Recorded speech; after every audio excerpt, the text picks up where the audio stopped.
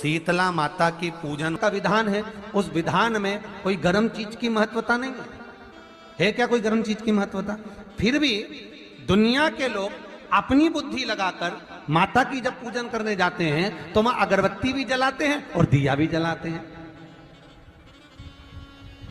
अब एक तरफ तो तुम माता को ठंडा पानी का भोग लगा रही हो, एक तरफ तो ठंडा भोजन चढ़ा रही हो, एक तरफ तो ठंडे का प्रयास कर रही हो, और ऊपर से माता को तुम दिया लगाकर अगरबत्ती लगाकर तुम माता को सम्मुख में गर्म तत्व को प्रदान कर रही हो, और फिर आकर कहती हो कि मेरा बच्चा क्यों बीमार पड़ता है, मेरे पति को अगर बार बार ये कष्ट क्यों आता है, घर में लोग चिड़चिड़े क्यों हो जाते हैं, घर में लोग क्लेश क्यों करते हैं, आखिर कारण क्या है? तो कारण तो तुम खुद हो कि जो चीज लिखी है वो ना करते हुए दुनिया जो कर रही है तुम वो करना चाहते हो। तुम भगवान की पूजन उस विधान से नहीं करना चाहते जो विधान शास्त्रों में।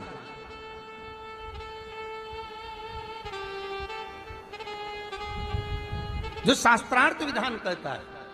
महाराज, शीतला माता की पूजन में कहीं ऐसा लिखा है कि तुम दिया लगाना, अगरबत्ती लगाना? शीतला माता की पूजन में लिखा है 1 लोटा पानी लेना, उस जल में पुष्प आदि लेकर माता को ठंडा भोजन का सुंदर भाव से माता का स्नान कराकर पूजन करना, अर्चना करना, कुंकू, चावल, रोली, मोली जो चढ़ा सकते हो, चुनड़ी, वस्त्र आदि जो चढ़ाना हो चढ़ाओ। पर यह नहीं लिखा कि तुम दिया भी लगाना कि अगरबत्ती भी लगाना, क्योंकि गर्म तत्व वहां चाहिए। माता वो शीतल है, शीतला। और अगर तुम दिया लगा भी रहे हो, मान लो दिया अगर तुम लगा भी रहे हो तो उसके सम्मुख ना लगे, उससे दूर, बहुत दूर। शीतला माता की पूजन होती है ठंडे समय में, शीतल समय में। शीतला माता ने ये नहीं किया कि रोटी बना के उठो और थाली लेके लाइन में लग जाओ। तुम देखना, शीतला माता की पूजन करने लोग जाते ना शीतला सप्तमी, शीतला अष्टमी पे, बस 11 बजे तक तो रोटी बनाती रहेगी, सामान बनाती रहेगी, 1-1.5 घंटा में ठंडा हुआ, 12:30 बजे उठ के सीधे लाइन में लग जाएगी, जल्दी से पूजन करके सो जाऊंगी, काम खत्म। शीतला माता ने भी सोच लिया, बस तूने मुझे बेवकूफ बनाया, अब रुक जा तू। 11 बजे तक भोजन बनाया, 10 बजे तक भोजन बनाया, 1 बजे रात को लाइन में लग गई पूजन करने के लिए। 1 बजे रात को न जाने किसने पहला दी कि 1 बजे रात को लग जाओ लाइन में, सुबह तक पूजन करके अपने घर आ जाओ, फिर आराम से आके सो जाओ। अब इतनी जल्दी क्या है भगवान के पूजन की? माँ की पूजन करने जा रहे हो, माता से लाड़ लड़ाने जा रहे हो, अपनी माता से अपने दिल की बात कहने के लिए जा रहे हो, अपने स्नेह की बात कहने के लिए जा रहे हो, तो धीरे धीरे प्रेमवश आनंद से माता की आराधना शीतल समय में, ठंडे समय में। ठंडे समय का मतलब है भीतर से ठंडे होकर, अपने भीतर से ठंडे होकर। अब अपने भीतर तो ठंडा ही है ही नहीं ना, जल्दी जल्दी चलो, और आधी बहुत पतली खुशी है, और चलो, और ये कितना बड़ा कपड़ा थाली पे ढाक ढुका के लाइन में खड़ी है शीतला माता।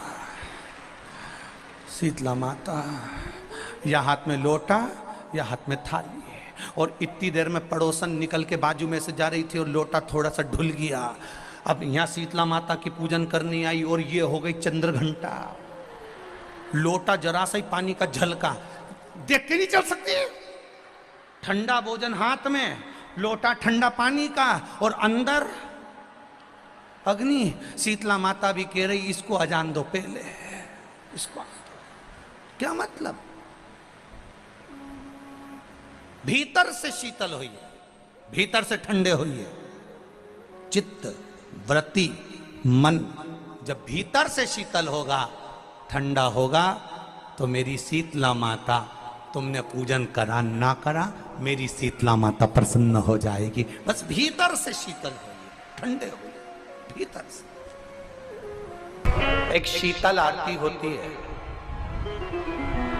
मेरी जीजियों बड़े सावधानी से सुनिएगा। एक शीतल आरती होती है। कभी अगर तुम्हारे जीवन में अगर कभी तुमको ऐसा लगे कि रोग बड़ा भारी हो चुका है और बहुत भारी रोग मुझे घेरता जा रहा है, या डॉक्टर को दिखाने जा रहे हो और तुम्हें ऐसा लग रहा है कि डॉक्टर कोई बड़ी बीमारी बताएगा, तो उस समय पर शीतल आरती का प्रयोग करें।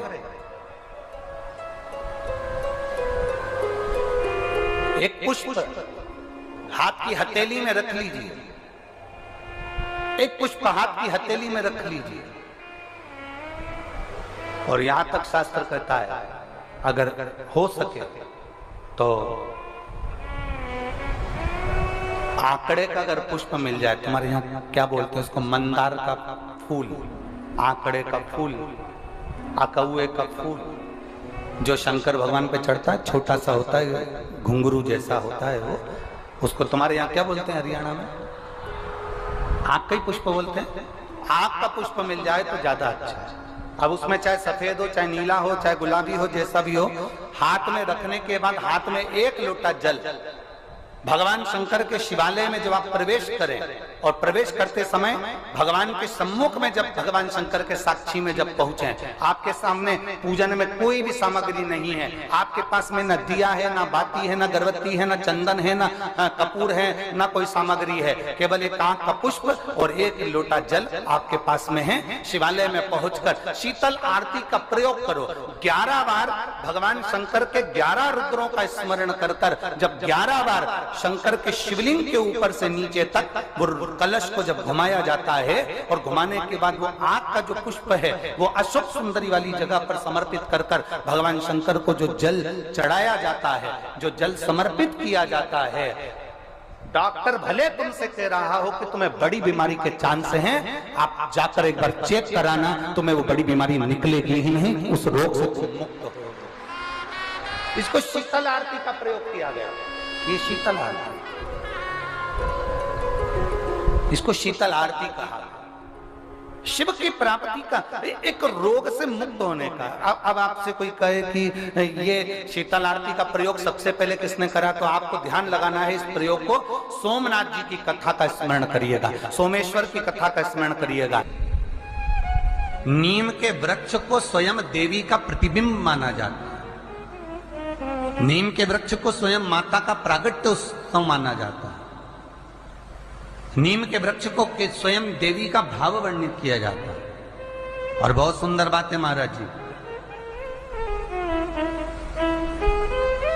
जिसके शरीर में माता निकल गई हो, दाने दाने पड़ गए हो, पूरे शरीर में बुखार भी बहुत तेज आ रहा हो और पूरे शरीर में माता जी निकल गई हो, एक लोटा पानी जिसके शरीर में माता जी निकली है उसके पास में रख दो और वो पानी उठाकर नीम के पेड़ में उस व्यक्ति के ऊपर से 7 बार उतार के नीम के पेड़ में डाल दो। 3 दिन के अंदर उसकी माता जो शरीर में निकली हुई है, दाने दाने पड़े हुए हैं, जो बुखार बहुत तेज आ रहा है, उसमें धीरे धीरे आराम मिलना प्रारंभ हो जाता है। यहां तक शास्त्र कहता है कि किसी व्यक्ति को अचानक बहुत तेज बीमार आ गया, बहुत तेज बुखार आ गया, या एकदम,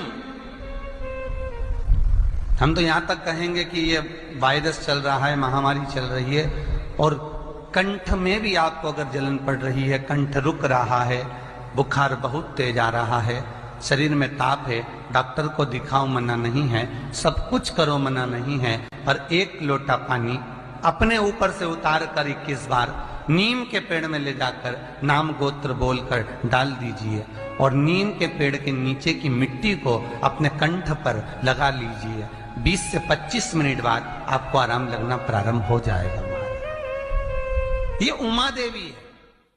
जगह की मिट्टी काया के रोग को ठीक कर देती है महाराज। अगर किसी व्यक्ति को चर्म रोग हो गया, कुष्ठ रोग हो गया, चमड़ी सफेद पड़ गई, रोग समाप्त नहीं हो रहा, बढ़ते जा रहा है, औषधियां आपने बहुत कर ली, तो 3 जगह की मिट्टी आपको फल प्रदान करेगी। पहला, सूर्य कुंड की मिट्टी। स्कंद पुराण सूर्य कुंड कहां पर है, तो कहा दतिया और झांसी के बीच में सूर्य कुंड निवास करता है। उस सूर्य कुंड की मिट्टी को लाकर जिस व्यक्ति को कुष्ठ रोग हो गया हो, शरीर की चमड़ी सफेद पड़ गई हो, स्कंद पुराण कहती है सूर्य कुंड की मृदा लगा लेने से 5 से 7 दिन में रोग समाप्त होने लगता है महाराज। पर सूर्य को सर्वाधिक प्रियता क्या?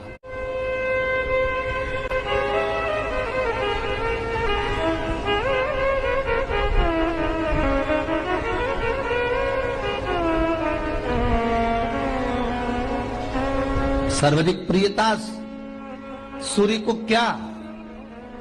क्योंकि सूर्य तपता है, तो उस तपन को मिटाने के लिए सूर्य देवता के शरीर पर गाय का घृत मला जाता। जैसे शनि को तेल लगाया जाता है, सूर्य को घृत मला जाता। इसलिए सूर्य कुंड का एक नियम है कि सूर्य कुंड पर से अगर हम मिट्टी लेकर आते हैं, शरीर पर लगाने के बाद जब शरीर का चर्म रोग समाप्त हो जाए, सफेद चमड़ी अपने वापिस रंग में आ जाए, तब आप जितनी कामना कर आते हैं उतना घी उस सूर्य कुंड के पास में डालना पड़ता है। 1 किलो, 2 किलो, आधा किलो, 250 ग्राम, 25 ग्राम, 50 ग्राम, जो आपने कामना करी है उतना चढ़ाना पड़ता। पर वो घी गाय का होना चाहिए, और उस घी का प्रयोग कोई नहीं कर सकता, इसलिए गाय का होना चाहिए। और उस घी का प्रयोग कोई नहीं कर सकता, इसलिए आज भी स्कंद पुराण में तो केवल सूर्य कुंड का वर्णन है, घृत का वर्णन है, पर स्थान आज भी झांसी और दतिया के बीच में जो सूर्य कुंड विराजमान है, आज भी वहां पर कुंड के पास में एक घी का कुआं है जिसमें घी डाला जाता है, पर उस घी का प्रयोग कोई दुनिया का व्यक्ति नहीं कर सकता। जो करता है वो शरीर में फफोले पड़ जाते हैं और बाद में सड़कर मर जाता है।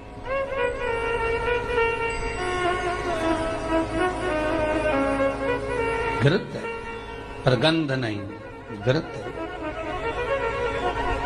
3 जगह की मृदा जीव को सुख का अनुभव कराती है। पहला सूर्य कुंड महाराज, दूसरा वर्णन करा है जिस स्थान पर गौ माता को बांधा गया हो और गाय अपने बछड़े को, बछिया को जन्म देती हो, उस स्थान पर उसकी मिट्टी, उसकी मृदा, उस जगह की रज, जब मकान का मुहूर्त होता है, दुकान खोली जाती है, दुकान बनाई जाती है, दुकान में कोई अग्नि का प्रवेश हो, उससे पहले जहां पर गाय ने अपने बछड़े को जन्म दिया हो, बच्चे को जन्म दिया हो, उस स्थान की मिट्टी उस भूमि पर लेपन कर दी जाए तो जिंदगी में कभी संपदा की कमी नहीं हो सकती महाराज। ये दूसरी मृदा।